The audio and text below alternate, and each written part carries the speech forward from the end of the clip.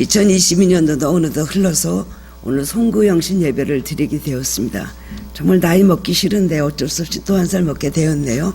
그래도 이제 새해부터는 만 나이로 친다면요, 누가 그러더라고요. 목사님 걱정하지 마세요. 한 살도 안 먹습니다.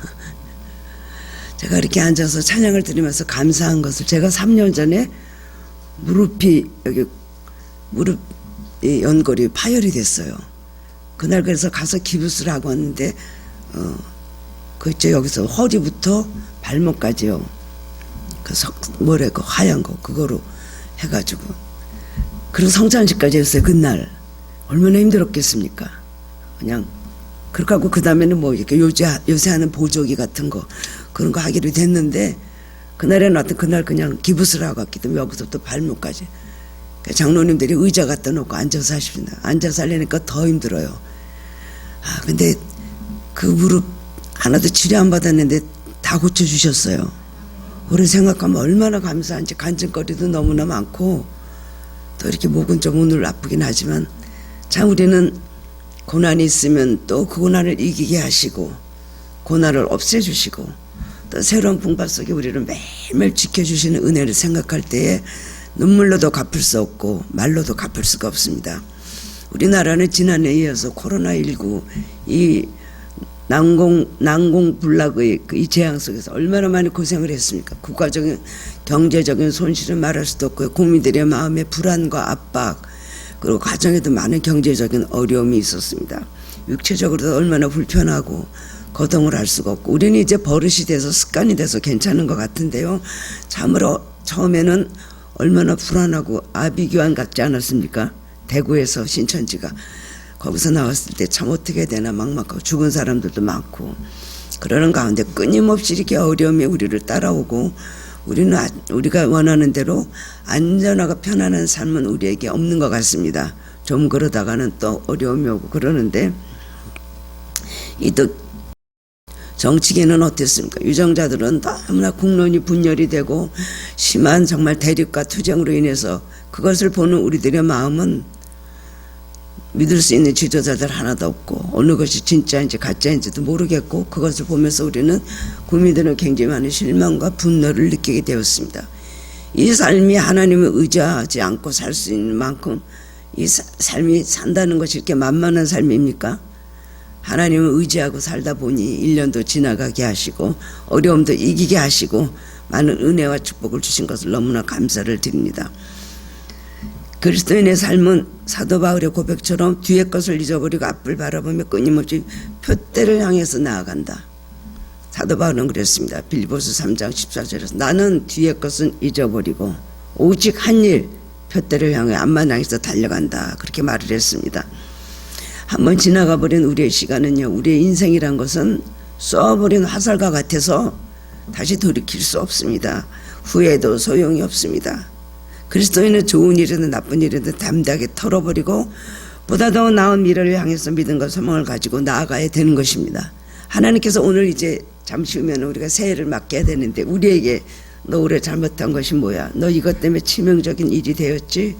우리에게 자꾸 우리 잘못을 추궁하시고 그것을 지적하시는 분이 아니시죠. 우리 올해 여러 가지 실수가 많았지만은 새해를 맞이하는 우리에게는 격려하시고, 그래도 일어나서 달려라, 소망을 가지고 너의 삶에 축복이 있다라고 오늘 우리에게 말씀해 주십니다. 누가복음 13장 6절에서 9절 보면 어떤 사람이 포도원에 무화과 나무를 심었습니다. 근데 3년이 되도록 열매를 하나도 먹지를 못하는 거예요. 그러니까 주인이 와서 화가 나서 포도원 지기 보고 땅만 버리는 저 무화과 나무를 찍어버리라 그랬습니다. 그랬더니 그 종이 아닙니다, 내가 조금만 1년만 참아주시면 거름도 두고 두루 다 살펴가지고 열매를 맺게 하겠습니다. 그때 찍어버리십시오. 그랬다는 거예요. 만약에 하나님께서 우리의 올해 열매가 너 없었지? 라고 하면서 그 무화과 나무 과수원 주인같이 그래 찍어버리겠다 하면 우리는 어떻게 되겠습니까? 근데 그렇지 않다는 것이죠. 그래서 우리는 하나님께서 우리에게 늘 소망을 주시고 우리를 기쁨 중에 나아가게 하십니다. 기독교인은요, 뒤를 바라보는 것이 앞만 향해 달려나가는 것이, 우리 신앙이란 것은 앞을 향해 소망을 가지고 하나님을 의지하고 나가는 것이지 자꾸 지나간 것에 집착하고 있는 그런 인생이 아닌 것입니다. 무화과 나무는 이스라엘 민족을 뜻하는 것입니다. 이스라엘은 하나님 바라시는 열매를 맺지 못했어요. 그리고 하나님께서 주신 사명과 뜻을 이해하지 못했고, 예수님께서 구원의 역사를 위해서 구세주로 이 세상에 오셨음에도 불구하고 예수님을 잡아서 그 다음에 예수님 십자가에 못 박아 죽였습니다. 그래서 하나님은 AD 70년에 결국 예루살렘의 멸망으로 이스라엘 민족을 심판하셨어요. 그때부터 나라를 잃어버리고 이제 지금부터 한 1945년도인가 이스라엘 나라가 지금 독립국가로 지금 그 자리에 전쟁을 하고 들어와서 그 나라를 본토로 회복을 했는데, 그동안 나라가 없이 유리하고 방황하고 살았다는 것입니다. 기독교 역사는 주님 오실 때까지 끝나지 않습니다. 우리의 삶은 주님 오실 때까지 계속되고, 우리는 주님의 종이 되어서 주님의 거룩한 뜻을 이루는데 우리 삶의 사명과 목적이 있습니다. 그냥 사는 것이 아닙니다. 먹고 살기 위해서 사는 것이 아닙니다. 우리는 하나님의 뜻을 이루기 위해서 이 구속의 역사에 뭔가를 하기 위해서 우리는 이 세상에 태어났고, 그야말로 한 획을 긋고 가는 그런 삶이 되어야 될 것입니다. 주님 말씀하셨습니다. 내가 세상 끝날까지 너희와 함께 하리라. 이 말씀 얼마나 감사합니까? 세상 끝날, 여러분이 세상 끝날 뭘 말하는 거예요? 죽음의 날이죠. 죽는 날까지 이 세상에 사는 동안 우리들과 함께 해주신다는 겁니다. 이 말은 얼마나 우리들에게 소망이 되고 힘이 되는 말씀인지 모릅니다. 주님의 약속은 확실히 이루어집니다. 그것을 믿고 기다리는 자에게는 하나님은 절대로 외면하지 않으신다는 겁니다. 오늘 주신 말씀 통해서 깨달음으로 함께 은혜를 나누기를 원합니다. 첫 번째로는요, 여러분 이 2022년으로 이제 얼마 남지 않은 이 시간에 우리는 어떤 마음을 가져야 될까요? 한 해를 돌아보면서 감사한 마음을 가져야 됩니다. 여러분 올해를 한번 생각해 보십시오. 힘들고 어려운 일들이 막 떠오를 것입니다. 주마등같이 떠오르죠. 한 번도 좋은 일이 없었다라고 생각했을지도 몰라요.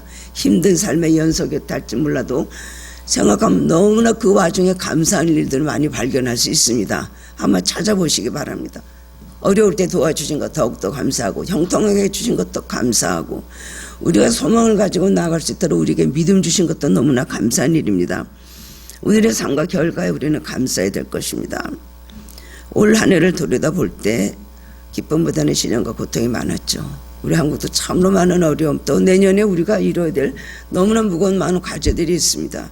지금 경제가 너무나 어려워서 종종 뉴스나 어디서 하는 걸 보면 뭐라 그러냐면, 내년의 경제는 엄청 힘들 것이다. 집값은 하락할 것이고, 내년에는 너무나 상상할 수 없는 경제적인 그런 어려움이 올 것이다. 그렇게 예견을 하고 있습니다만, 여러분 낙심합니까? 하나님이 계십니다. 우리가 어려워도 하나님께서 지켜나가게 하실 것이고, 그렇지 않은 우리를 환난을 면케해 주실 것이고, 하나님 앞에 우리가 믿음으로 나가는 것에 따라서 우리 삶은 얼마든지 바뀔 수가 있는 것입니다. 시련과 고통 주심도 감사하고, 여러분 아멘으로 찬양할 수 있어야 됩니다. 오늘도 여러분 어떤 어려움 속에 계속해서 진행 중인 속에 있다 할지라도 하나님 앞에 아멘으로 감사해야 됩니다. 하나님을 찬양합니다. 무조건 하나님을 찬양합니다 해야 된다는 것입니다. 이 지구상에서 지금도 사람들이 태어났다 죽고, 또 아침에는 장례식장, 점심에는 결혼식장, 뭐 이렇게 가지 않습니까? 이런 삶의 교차 속에서 우리는 일초일도 알지 못한 이 삶 속에서 하나님께서 오늘까지 지켜주셔서 하나님의 은혜로 우리가 살아왔다는 것을 고백하지 않을 수가 없습니다. 올해도 얼마나 많은 사람들이 생명을 잃고, 엊그젠가요 터널에서 불이 나가지고 갑자기 차 타고 가다가 그 안에서 불타서 5명인가 사망하고 나머지는 지식으로 인해서 다 이제 병원에 가서 치료를 받고 있다고 하는데요. 그렇게 되는 줄 알았겠습니까? 그런데 오늘까지 지켜주신 하나님에 감사해야 돼요. 원망불평 대신 하나님 앞에 감사함으로 한 해를 마무리하셔야 됩니다. 시편 50편 14절 15절에 보면, 감사로 하나님께 제사를 드리며 지존하신 이에게 내 소원을 갚으며 환난 날에 나를 부르라. 내가 너를 건지리니 내가 너를 영화롭게 하리로다. 환난 날에 나를 부르는 자 어떤 자요? 환난 날에 감사하는 자. 환난 날에 감사하는 자, 환난 날에 나를 부르는 자에게는 내가 구원하여서 영화롭게 해주신다고 말했습니다. 환난을 당해도 너희는 감사라는 것입니다. 모든 것이 감사할 뿐이라는 마음의 자세를 가질 때 소망이 생기고 삶의 활기가 넘치고 생동감이 솟아나는 것입니다. 영국의 유명한 목사님이시고 설교가신 스펄전 목사는 40세 이후부터 관절염의 한 일종인 통풍 때문에 몹시 시달렸다고 합니다. 약도 없는 시대라 증세가 나타나면 고스란히 그것을 참고 견뎌야 되겠어. 지금 약도 있고 뭐 진통제도 있고 그렇지 못해서 굉장히 많은 어려움을 겪고 있었습니다. 그냥 신음하고 거동도 못하고 있는데 아주 믿음이 좋은 자기 교회 성도가 오더니 말하는 거예요. 그러면서 목사님 오더니, 목사님 지금 통풍으로 이렇게 몹시 아픈 순간에도 목사님 감사하십니까? 그러니까는 네, 감사하려고 애를 씁니다. 그런데 이 통풍을 고쳐주시면 그때부터 나는 정말로 크게 감사하고 살고 싶습니다 라고 말했어요. 그리고 성도가 하는 말이, 목사님 우리에게는 범사에 감사라고 설교하셨잖아요. 지금 몸이 아픈 것을 감사해야 됩니다. 오히려 그 아픈 것을 가지고 하나님께 감사하세요. 그러면 하나님 분명히 그 병을 고쳐주실 겁니다. 이렇게 말을 하고 갔어요. 이 스포츠 목사는 가슴에 찔렸습니다. 아니, 내가 교인들한테는 설교해도 나한테는 내 자신에게는 설교하지 못했습니다. 하나님 앞에 그때부터 회개를 하는 거예요. 그래서 내가 그렇게 가르쳤지만 가르침대로 나는 살지 못하고 부족했던 나를 용서하여 주옵소서. 그리고 기도를 합니다. 모든 것이 주님으로부터 온 것이라면 통풍도 하나님께서 주신 것을 분명합니다. 그러므로 통풍만을 보지 못하고 통풍을 통해서 뭔가를 이루실 하나님의 손을 주목하게 해주십시오. 그리고 그때부터 기도했어요. 통풍은 낫지가 않는 거예요. 계속해서 오랫동안 아팠습니다. 그런데 늘 감사하는 마음을 가질 때 나중에 통풍이 자연스럽게 다 낫다는 것입니다. 진정한 감사를 할 때에 문제가 해결나죠. 또 문제가 해결나지 않는 사람도 감사하는 사람 어떤 경우에도 범사에 감사합니다. 2차 대전 때 나치의 독일 수용소는 굉장히 감시도 심하고 지옥구 자체였습니다. 이곳에는 많은 유대인 크리스찬들이 거기에 감금되어 있었습니다. 근데 그 감옥에 벼락이 너무 많아서 굉장히 고통을 당했어요. 온몸이 따끔거려서 몹시 괴로워하고 사람들은 온만 불평했습니다. 그런 가운데 코리덴부 묘사의 동생 베시, 코리덴부 묘사도 굉장히 유명하시잖아요. 동생 베시가 하나님 감사합니다 그랬어요. 그때 사람들이 뭐가 감사해요? 벼룩이 이렇게 많아갖고 이렇게 물고 그러는데 뭐가 감사해요? 그랬더니 아니 범사에 감사라고 하셨잖아요. 그러니까 감사해야죠. 그렇게 말을 했대요. 그랬더니 저 여자는 뭐가 감사하다고 이런 환경을 감사하다고 하느냐 하고 있는데 어느 날 그 한방 사람들이 우리 몰래 성경 공부를 좀 하자. 그래서 이제 비밀리에 성경 공부를 시작했습니다. 근데 독일군이 감시하러 오면은 성경을 보지 않는 척하다가 또 그 사람이 지나가면 성경을 보는 것입니다. 그런데 감시원이 가까이 왔다가는 도로가고 가까이 왔다가는 도로가고 그러는 거예요. 그래서 혼자 중얼거리는 말이 이 감방에는 들어가고 싶지 않아. 벼룩이 너무 많아서 여기에만 왔다가 하루 종일 따끔거린단 말이야. 그러니까 안 왔대요. 그래서 마음껏 성경을 공부를 했다는 것입니다. 그러니까 벼룩이 많은 것을 감사했더니 벼룩이 많은 것이 감사할 조건으로 바뀌었다는 것입니다. 이건 한 예지만요. 우리는 늘 감사하는 마음을 갖고 살아야 되는 것입니다.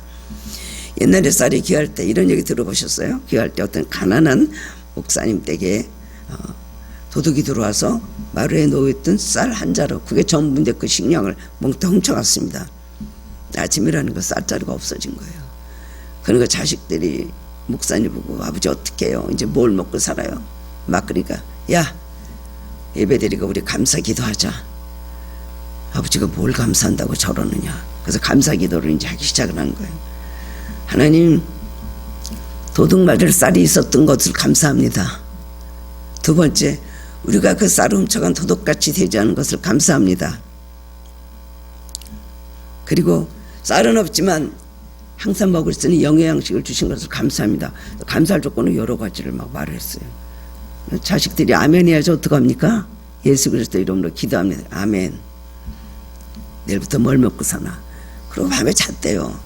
그래도 그 밤에 누가 글쎄 쌀을 갖다 그만큼을 마루에다 갖다 놓고 갔답니다. 이거 실제적인 얘기예요. 감사했다고 꼭 그렇다는 것보다 이렇게 진정으로 감사하는 자에게 하나님께서 그의 나라와 그의 의를 감히 입어놓은 것을 더하여 주시리라. 그런 상황에 도둑 맞을 쌀이 잠시 있었던 것도 감사합니다. 도둑놈이 되지 않은 거 감사합니다. 그렇게 기도하니까 하나님께서 그런 놀라운 기적을 베풀어 주셨다는 겁니다. 우리는요, 미루지 않고 해야 될 일이 있는데 반성도 필요하지만 그보다 더 우리가 생각해야 되는 감사입니다.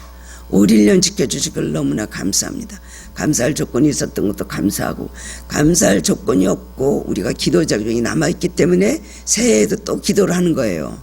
여러분, 올해 다 이루어졌다면 기도하겠어요? 저의 경우를 보면 하나님께서 꼭 기도 제목을 남겨놓으시더라고요. 몽땅 다 없어지게 안 하시더라고요. 그럼 기도 안 하니까 그러는지, 이 문제 지나가면 다 해결해 주신 저 문제가 다가오고, 그래서 왜 이래야 될까라고 생각을 해보니까 기도를 끊이지 않는 삶을 살기 위해서 우리에게 문제를 주신 겁니다. 그렇기 때문에 여러분, 문제가 몽땅 해결나는 것보다 올해 좀 실패하고 하나님 앞에 거절을 당해서도 감사하시기 바랍니다. 하나님께서 더 큰 걸 주시려고 준비하시고, 여러분의 믿음을 성장시키시고 여러분의 신앙의 인격을 성숙시켜 주시기 위해서 주셨다는 걸 믿으시기 바랍니다.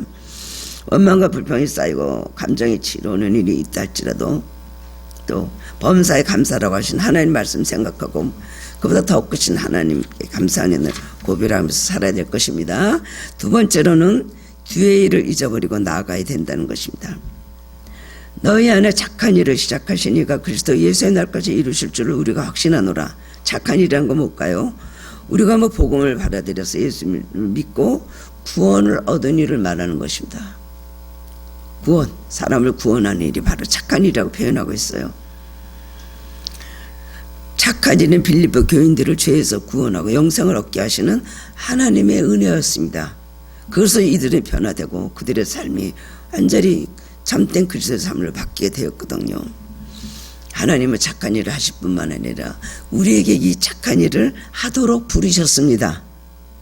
남을 구원하고 남에게 복음을 전하고, 그리고 그리스도의 날까지 구원의 이 사역에 우리들이 계속해서 하나님께 협력하는 것, 동력하는 것, 이런 삶을 살아야 된다는 것입니다.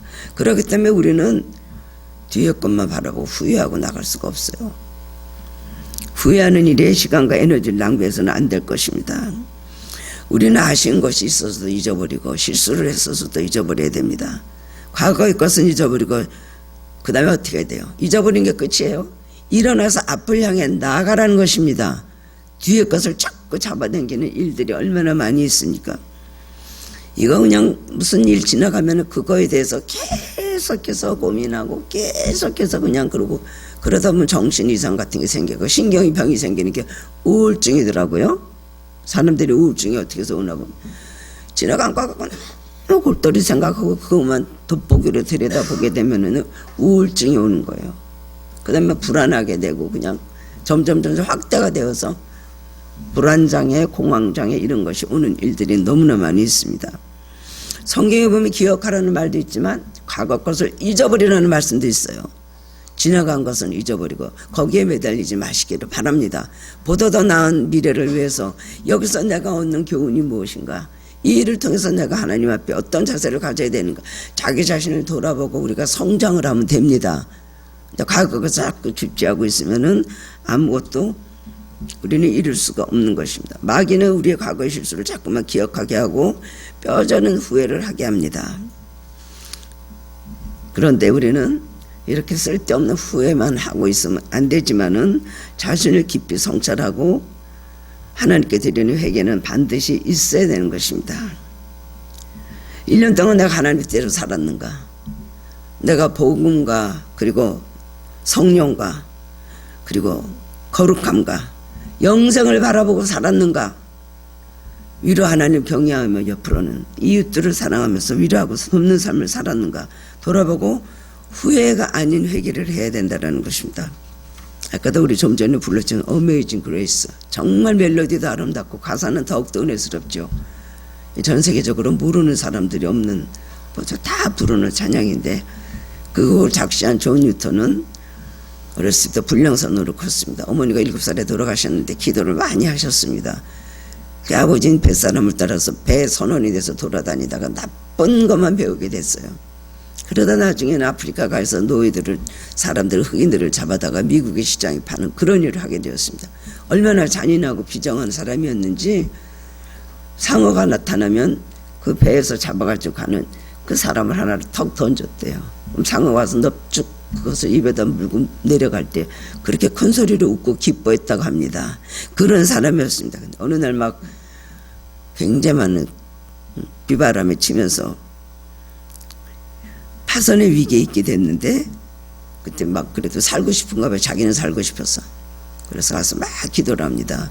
우리 어머니 하나님, 나의 모든 죄를 용서하시고 저에게 단 한 번의 기회를 주옵소서. 저를 이 죽음에서 구해주시면 내 일생 주님께 바치겠습니다. 열심히 기도했는데 갑자기 풍랑이 잔잔해지. 이 사람은 배에서 내리게 되었어요. 한국에서 내리자마자 그 사람은 곧장 교회로 갔다고 합니다. 그러고 다음에 신학을 공부하고 성직자가 되고 영국에서 두 군데에서 43년이라는 긴 세월을 목회하면서 살았습니다. 그 마지막에 죽을 때 무슨 말을 하고 싶습니까? 하니까 나는 너무 만족합니다. 나는 너무 만족합니다. 나 같은 죄인이 성직자가 된 이 일에 너무나 만족합니다. 그렇게 고백을 하고 세상을 떠났다고 합니다. 이 세상에 내 뜻대로 되지 않은 일이 얼마나 많아요. 여러분, 자식 일 마음대로 됩니까? 안 되죠? 직장도 마음대로 안 되고 기업도 마음대로 안 되고 특별히 내 건강, 내 모든 것이 마음대로 되지 않습니다. 그러나 우리는 전 현실을 그대로 받아들이고 자꾸만 어제 일 나를 붙잡고 있는 현실을 거의 붙잡히지 말고 하나님의 도우심을 간섭해서 나가야 될 것입니다. 세 번째로는 미래를 향해서 뛰어 올라야 된다는 거예요. 오늘까지 오게 하신 하나님, 우리에게 주신 경험은 너무나 훌륭한 거예요. 이 경험을 통해서 우리는 높이 비약을 해야 됩니다. 하나님 우리에게 그래서 고난을 주시거든요. 고난 가운데 기도하다가 하나님을 만나게 됩니다. 야곱은 창세기 28장에서 아버지와 형을 속이고 장자권을 뺏어가지고 도망가다가 베델이라는 곳에 머무르게 되고 그때 돌베개 하고 자잖아요. 환상이 보이면서 천사가 사닥다리에 오르락 내리락 하고 그 다음에 그 위에 하나님 계신데 내가 너를 이 땅 너에게 주리라. 내가 다시 돌아올 때까지 너를 떠나지 아니하리라. 고난이 완전히 체험이 되고 첫 번째 하나님을 만난 경험이 됐던 것입니다. 우리는 모험적인 신앙을 가져야 됩니다. 한국 사람들은 하지 마라 하지 마라 그렇게 하면 안 된다 안 된다 자식들한테 그러지만은 그것은 굉장히 부정적이고 굉장히 사람을 그냥 허약하게 만드는 가르침이거든요. 뛰어오르라, 모험을 해라. 신앙은 모험입니다. 때로는 모험을 할 때가 있습니다. 하나님 믿고 건너뛰어야 돼요. 아, 저긴 못 건너뛰니다. 못 건너뛰니다 하면 그럼 못 갑니다. 그러나 건너뛰어라. 나를 믿고 건너뛰려 하면은 그 다음에 건너뛸 때 강을 건널 수도 있고 산을 오를 수도 있다는 것입니다. 여러분, 현실에 올 한 해 보이는 것이 없고 위축되어 있다 할지라도 여러분 낙심하지 마시기를 바랍니다. 새해가 있습니다. 올 1년도 지켜주셨는데요. 지난해에 실패했으니까 올해도 실패할 거야. 지난해에도 이랬으니까 나는 올해도 또 그럴 거야. 내가 뭐 뾰족한 수가 있나?